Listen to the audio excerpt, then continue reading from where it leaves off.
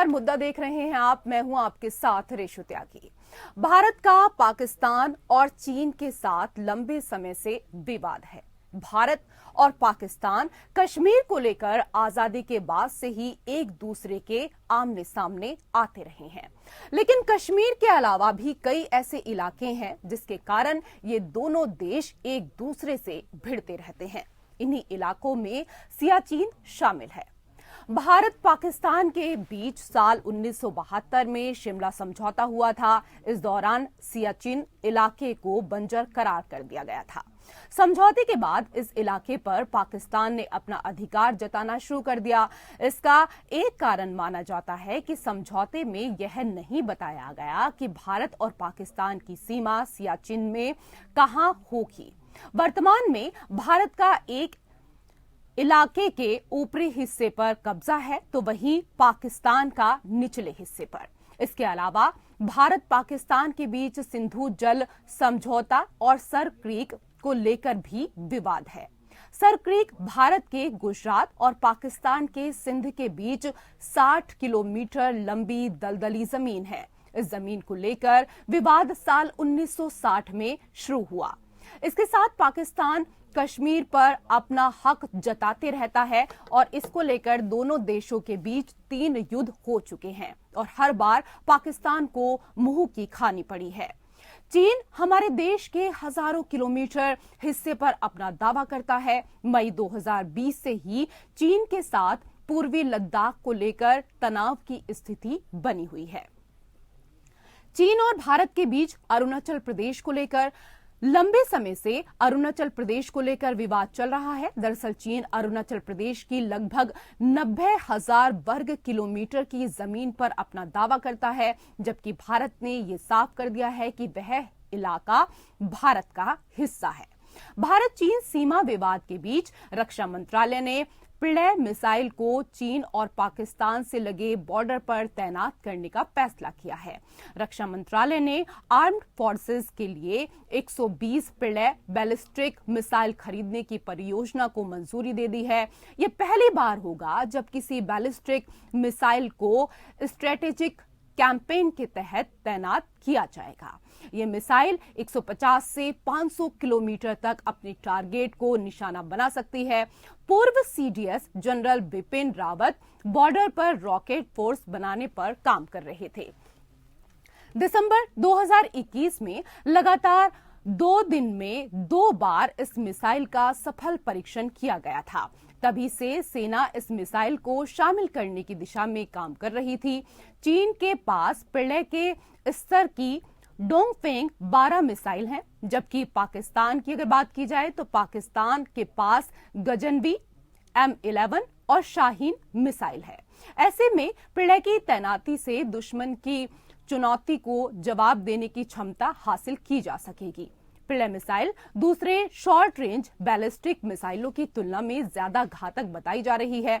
इसकी सटीक मारक क्षमता इसे चीन की बैलिस्टिक मिसाइलों का मुकाबला करने में पूरी तरह सक्षम बनाती है। इसे जमीन के साथ साथ कनस्ट्रल लॉन्चर से भी दागा जा सकता है। तो वहीं कांग्रेस नेता राहुल गांधी का मानना है कि अगर चीन और पाकिस्तान एक साथ आ जाएं तो भारत पर भारी पड़ेंगे। उनके इस बयान पर बीजेपी ने तीखी प्रतिक्रिया देते हुए कहा कि समझ ही नहीं आता कि कांग्रेस पार्टी और राहुल का चीन के साथ क्या लगाव है। हर चीज उन्हें चीन के साथ अच्छी क्यों लगती है। वहां कोविड को लेकर चिंताएं हैं, लेकिन राहुल को चीन अच्छा लगता है।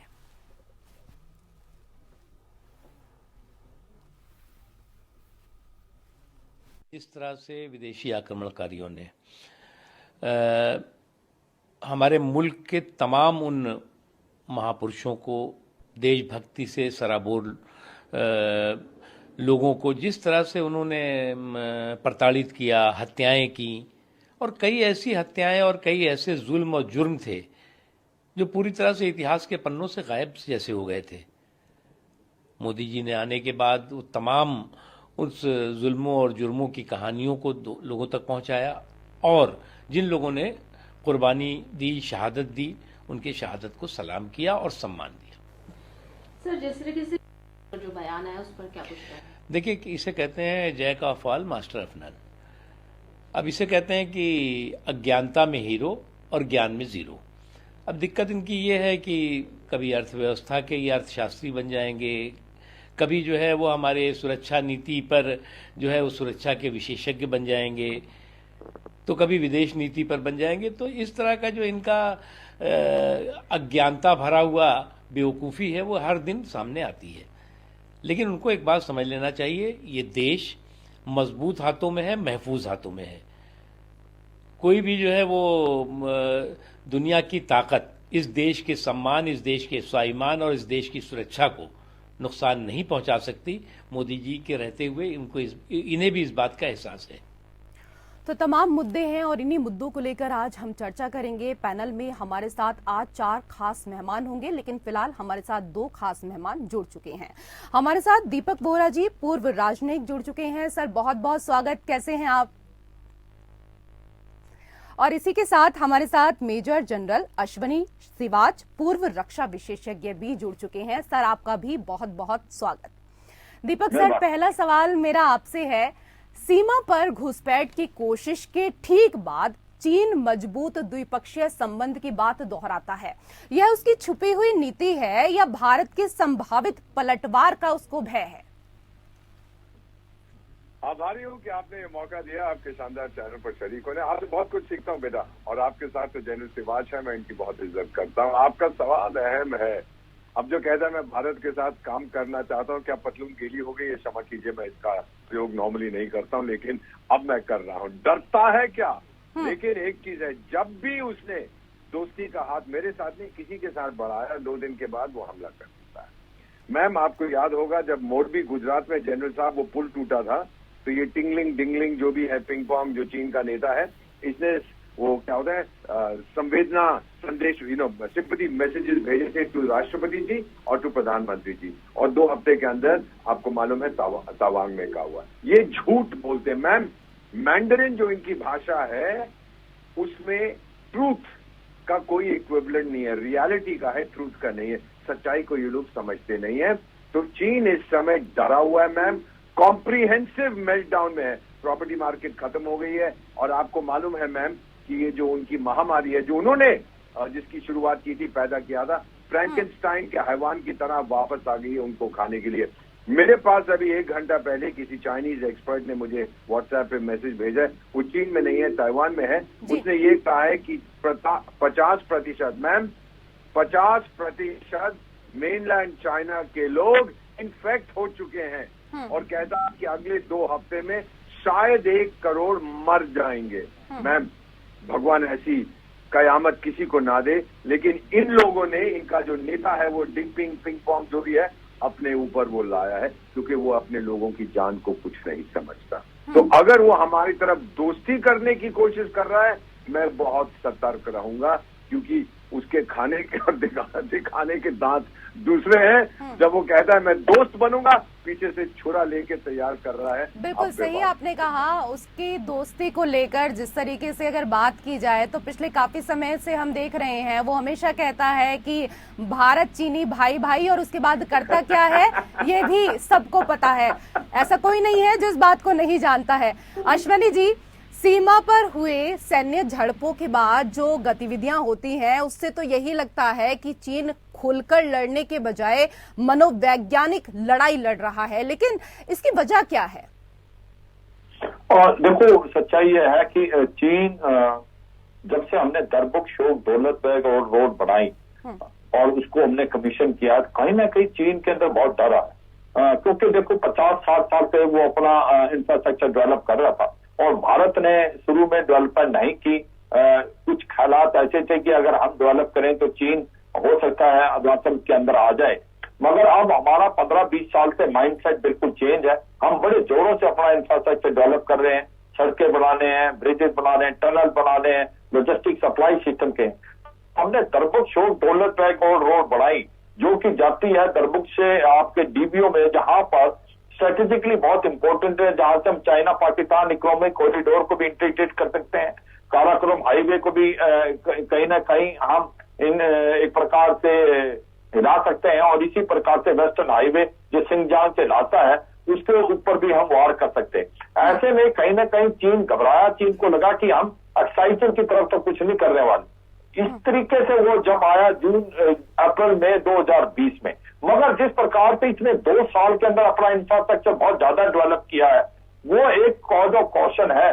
जिस प्रकार से बना दिए हैं लाइन ऑफ एक्चुअल कंट्रोल में, जो गांव नहीं है, डिफेंडेड लोकेलिटी है, एयरफील्ड की जो लेंथ बढ़ा ली है, उनकी कैपेबिलिटी और कैपेसिटी बढ़ाई है, उन्होंने भी अपने ब्रिजेस और टनल बहुत बढ़ाए हैं लाइन ऑफ एक्चुअल कंट्रोल में। और अब जब से वो यांगसे में आए 9 दिसंबर को, उससे साफ नजर आता है कि वो भारत से जानबूझ के समझौता नहीं करना चाहते, वो भारत को अंडर प्रेशर रखना चाहते हैं। ये भी हमें बताना पड़ेगा दर्शकों को कि 14 देशों के साथ उनकी लैंड बाउंड्री है, मगर 12 देशों के साथ उन्होंने समझौता कर दिया। भारत से उन्होंने जानबूझ के नहीं किया। और भूटान जो है उसके ऊपर भी अभी वो डायरेक्ट प्रेशर डाल रहे हैं, जो सकाटान से 50 किलोमीटर वेस्ट में है, उसको भी वो लेने की कोशिश कर रहे हैं भूटान से, क्योंकि जो वार्तालाप हो रही। ओवरऑल मैं यही कहूंगा कि जो चीन है उसके ऊपर आप भरोसा नहीं कर सकते, यकीन नहीं कर सकते।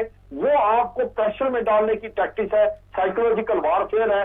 मगर जिस प्रकार से ये लाइन ऑफ एक्चुअल कंट्रोल अब LOC बन गया है, क्योंकि भारत अब कोई भी चांस नहीं दे सकता, ना ईस्टर्न सेक्टर में, ना सेंट्रल सेक्टर में, ना वेस्टर्न सेक्टर में। और जो यांगसे में किया है, मैं ये भी बताना चाहूंगा अपने दर्शकों को, क्यों यांगसे में क्यों कोशिश की, क्योंकि यांगसे तवांग सेक्टर का बहुत इंपॉर्टेंट है। तवांग जो है एक रिलीजियस पॉलिटिकल हब सेंटर है, आ जाता है तो आसाम की तरफ रोल करना बड़ा आसान है। यांगसे जो पोस्ट है 17,000 फीट की है, वो डोमिनेट करती है नागदो बाउल है, जो कि बुमला पास है उसके नॉर्थ में। तो इसका मतलब अगर वो पकड़ लेता यांगसे पोस्ट को, बहुत ज्यादा एम्बेरसमेंट होती भारत के लिए, और भारत का छेला पास तक वो डोमिनेट करता। मगर ये अलग बात है, हमारे 50 जवानों ने मुंह तोड़ जवाब दिया 350 से ज्यादा चीनियों को, और उनके पीछे धकेल दिया। तो बिल्कुल सही कहा सर आपने। और इसी तरह का जो जवाब है लगातार वो चीन को मिलता रहेगा। देख रहे हैं मुद्दा, और 2 खास मेहमान और हमारे साथ फिलहाल चर्चा में जुड़ चुके हैं। हमारे साथ विजय खैरा जी जुड़ चुके हैं, प्रवक्ता बीजेपी, बहुत बहुत स्वागत आपका। और इसी के साथ नेता कांग्रेस प्रखर दीक्षित जी भी हमारे साथ जुड़ चुके हैं, आपका भी बहुत स्वागत प्रखर दीक्षित जी। सर, जिस तरह से हम चर्चा कर रहे थे दीपक सर, चीन एक तरफ तो खुली आर्थिक प्रतिस्पर्धा चाहता है, इसलिए उसे क्वाड और ओकोस जैसे संगठनों से खतरा दिखता है। दूसरी तरफ वो रूस को खुलकर और पाकिस्तान को छुपकर सैन्य समर्थन भी करता है, भारत को आर्थिक प्रतिस्पर्धी भी मानता है और सैन्य प्रतिद्वंदी भी। आपका प्रश्न क्या था बेटा? मैं एक बार फिर से अपना सवाल दोहरा देती हूँ सर। सर, मेरा सवाल यहाँ पर यह है कि चीन एक तरफ तो खुली आर्थिक प्रतिस्पर्धा चाहता है, इसलिए उसे क्वाड और ओकुस जैसे संगठनों से खतरा दिखता है। दूसरी तरफ वह रूस को खुलकर और पाकिस्तान को छुपकर सैन्य समर्थन भी करता है, भारत को आर्थिक प्रतिस्पर्धी भी मानता है और सैन्य प्रतिद्वंदी भी। आपको ये किसने कहा है कि चीन की जो कम्युनिस्ट पार्टी है वो बुद्धिमान लोग हैं? उनका भेजा तो कम से वो दे दिया उन्होंने, उनके पास है नहीं। मैं आपको एक चीज बताता हूं, मैं महामारी जो इस समय चीन को बुरी तरह से बर्बाद कर रही है, एक छोटी सी चीज बताता हूं। 3 अफ्रीकी देशों में मैं वहां की सरकार का विशेष सलाहकार हूं, और एक नेता को हमारा काम होता है डिप्लोमेसी में ब्रीफिंग देना, जो कोई घटना होती है। तो तवांग की जनरल से बात मैं उनको ब्रीफिंग दे रहा था, और उनमें से एक ने मुझसे पूछा, एम्बेसडर आप तो कह रहे हैं कि आप लोगों ने पीट फूट के उनको भगा दिया, लेकिन आपके एक नेता बयान दे रहे हैं कि भारतीय सेना तो पीटी थी वहां पर, हम किसका भरोसा करें? मैंने उनसे पूछा कि सर आप किसका भरोसा करते हैं? कहते हैं आपका, आप भारतीय डिप्लोमेट हैं, आप झूठ नहीं बोलते हैं। ये मैंने नहीं कहा मैम, ये इन्होंने कहा था। और फिर उन्होंने कहा कि आपकी ऑपोजिशन हमारी ऑपोजिशन से है जैसी है, उनको नेशनल इंटरेस्ट से कोई मतलब नहीं है। मैं नहीं कह रहा, इन्होंने कहा नेशनल इंटरेस्ट से कोई मतलब नहीं है, जहां मौका मिले सरकार को गाली देते हैं। दूसरी चीज आपको बताना चाहता हूं मैम, जब पिछले साल बुरी तरह से हम पर आक्रमण हुआ था वायरस का, सारे देश जिनको मैं जानता हूं, अमेरिकन हमसे पूछ रहे थे, मैं वहां था, बताइए हम और क्या कर सकते हैं। बुर्ज खलीफा दुबई भारत की तिरंगे में रंगा हुआ था, मैसेज था स्टे स्ट्रॉन्ग इंडिया। फ्रांस में वहां काम कर चुका, मुझे मेरे दोस्त फोन करके कह रहे थे बताइए और क्या भेज सकते हैं। एक भी देश आज, आई रिपीट स्लोली मैम, एक भी देश चीन के साथ नहीं है। किसी ने नहीं क्या बता मैं आप लोगों की क्या मदद कर, इससे ज्यादा मैं आपको क्या कह सकता हूँ। कहाँ भारत की छवि और कहाँ उस दगाबाज बेईमान पार्टी जो उस देश में राज करती है, कहाँ उनकी चवेन आई। मैं 62 में मेरा परिवार बिखर गया था। सर बिल्कुल ठीक है, मैं जानता हूं उन लोगों को। लेकिन कांग्रेस को चीन की छवि इतनी अच्छी क्यों लग रही है, ये मैं प्रखर जी से पूछ लेती हूँ। प्रखर जी, राहुल गांधी जी कह रहे हैं कि चीन पाक मिलकर भारत पर भारी पड़ेंगे। यह तो सामान्य ज्ञान है कि दो दिशाओं से दो देशों की सेना एक साथ लड़े तो किसी भी देश पर भारी पड़ेगी, लेकिन वो दोनों मिलकर भारत से लड़ेंगे क्यों? चीन से अपने प्रांत तो संभाले नहीं जा रहे, पाकिस्तान में 3 जगह से दरार है, उल्टे वो आर्थिक रूप से दिवालिया हो गया है। राहुल जी के इस बयान का फिर औचित्य क्या है? रिटायर्ड सैन्य कर्मियों से और सेना के अफसरों से राहुल जी का ये पर्सनल इंटरेक्शन था, और नेता बहुत लोगों से मिलते हैं, भारत जोड़ो में भी बहुत लोगों से मिले। मुझे नहीं लगता कि इसको तूल देना इतना सही होगा। ऑब्वियस की बात है, डिफेंस में बहुत सारी थ्योरीज हैं, 2 एक्सपर्ट्स हमारे सामने हैं, इस पे बहुत समय बात होती रही है, और ये हमेशा एक देश की चिंता रहती है कि अगर उसके लेट्स से 2 दुश्मन देश हैं या 2 देश ऐसे हैं जो उसके फेवर में नहीं है, तो जब हमारी स्थिति फेवरेबल नहीं है तो अटैक ना करें। लेकिन जैसा कि हमारे दोनों ही विशेषज्ञों ने ये बात कही कि चीन भी इस समय प्रेशर में है, आपने भी ये बात कही कि जो पाकिस्तान है वो भी प्रेशर में है। प्रेशर मल्टीपल तरीके से हो सकते हैं, इंटरनल इकोनॉमिक प्रेशर हो सकते हैं, पॉलिटिकल स्ट्राइक हो सकती है, बहुत सारे तरीके के प्रेशर हो सकते हैं। तो ये मानना कि किसी भी तरीके से पाकिस्तान और चीन की एक कहना चाहिए बहुत डीप टाइज नहीं है, ये तो गलत होगा, क्योंकि बहुत डीपली इन्वेस्टेड है पाकिस्तान में चीन। और राहुल जी ने मेरे ख्याल से उसी फियर को केवल आउट लाउड कह दिया है। इसको तूल देना मुझे नहीं लगता कि बहुत लेकिन इस तरह की बातें करनी ही नहीं चाहिए ना। मैं प्रतिक्रिया ले लेती हूँ विजय जी से। जी बिल्कुल। अभी कांग्रेस प्रवक्ता कह रहे थे कि इसको तूल देना ठीक नहीं है। आप, मैं सुन रहा, क्या मेरी आवाज आ रही है? जी सर, आपकी आवाज मिल रही है। आप देखिए राहुल गांधी जी क्या बोल रहे हैं। पहली चीज तो उन्होंने ये कहा कि दोनों देश, जैसे अभी आप कह रही थी कि एक साथ लड़ेंगे, तो अभी आप जो कह रही थी तो प्राइमरी स्कूल का बच्चा भी जानता है, क्योंकि हमारी सेना नहीं जानती कि हमारी तैयारियां 2 तरफ से नहीं है क्या, कि हमारे और बाकी लोग जो सरकार है नहीं समझती इस चीज को क्या। हम तो पहले से ही तैयारी 2 तरफ से कर रहे हैं। हम तो जान ही रहे हैं कि 2 दुश्मन है हमारे बॉर्डर के ऊपर, और इसीलिए जो गलतियां राहुल गांधी के पहले कांग्रेस सरकार ने की थी वो सब सुधारी गई। उन्होंने राफेल नहीं खरीदा, 36 हैं, 2 S-400 हमने दोनों तरफ लगा रखे हैं, जिनके पास तो एक नहीं था। वो आदमी ये कह रहा है कि 5 साल पहले इनको ये तैयारियां करना चाहिए थी। जो 10 साल तक लोहे पे पुल नहीं बना सकता, जो अरुणाचल में हवाई अड्डा नहीं बना पाया, जो प्रिंस जैकेट नहीं दे सका, वो उस सरकार के ऊपर उनको शर्म आनी चाहिए। बोल कह रहे हैं ये कि हमारे सिपाहियों का मनोबल डाउन करना चाहते हैं, कि हम साइबर लड़ाई में बहुत पीछे हैं। What he saying? Have you gone mad?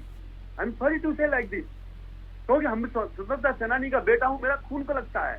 Army वालों को आज क्या हुआ होगा जो बॉर्डर पर लड़ रहे हैं, कि हमारा एक नेता ये कह रहा है कि हम साइबर लड़ाई में पीछे हैं। सर आप तो एक स्वतंत्रता सेनानी के बेटे हैं, इसलिए आपका खून खौल रहा है, लेकिन इस बात को अगर कोई भी सुनेगा तो देश के हर नागरिक का खून इस बात पर खौलेगा।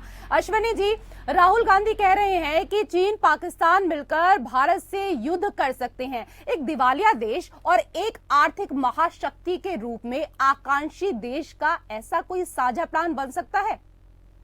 देखो, सच्चाई यह है कि कभी किसी को हल्के में मत लो। हम जब भी अप्रिसिएशन करते हैं हम सोचते हैं वर्स्ट केस सिनेरियो क्या है, कि ऐसा अगर हो जाता है। इसके चांसेस कम है, मैं बिल्कुल मानता हूं कि चीन और पाकिस्तान का दोनों का मिलना बहुत कम चांसेस हैं, मगर अगर ऐसा हो जाता है तो हमें प्लानिंग करनी पड़ेगी, और भारत की फौज इसके लिए भी प्लान कर रखी है। अगर मैं आपका ध्यान ले जाऊं कि पहले किसी समय हमारा फोकस पूरा पाकिस्तान की तरफ था, और हमने पाकिस्तान की तरफ अपनी स्ट्राइक कोर भी लगा रखी थी, और मगर जब से आप कुछ 10 साल से हमें महसूस हुआ है कि जो चीन है वो बहुत एग्रेसिव हो गया है, चीन अपना इंफ्रास्ट्रक्चर डेवलप कर रहा है, चीन कोशिश कर सकता है, तो हमने अपना ध्यान कुछ नॉर्दर्न बॉर्डर पे लिया है। हमने एक स्ट्राइक कोर रेज की है, और एक स्ट्राइक कोर यहां से उतर की है। कहने का मतलब ये, अगर हम if we want peace we must be prepared for war. अगर ऐसी हालात हो जाती है कि अगर दोनों तरफ से बात हो चांसेस उसके बहुत कम है, मगर हम उसके लिए भी तैयार हैं। ठीक है ये सर, मैं बताने की चांसेस कोशिश बहुत कर रहा हूं अपने बहुत कम है, दर्शकों को लेकिन हम कि हर चीज के बोलने लिए तैयार हैं सर। समय का अभाव है, समय का अभाव है। मुंह तोड़ जवाब देंगे जी, मुंह तोड़ जवाब देंगे। और हमारी सेनाएं कमजोर नहीं है, बल्कि हमारी सेनाएं बहुत मजबूत हैं। हर क्षेत्र में किसी को भी जवाब देना हो, उसके लिए सेना ने पूरी तैयारी कर रखी है। बहुत बहुत शुक्रिया आप सभी मेहमानों का हमारे साथ इस चर्चा में जुड़ने के लिए। और इसी के साथ मुद्दा में फिलहाल इतना ही। नमस्कार।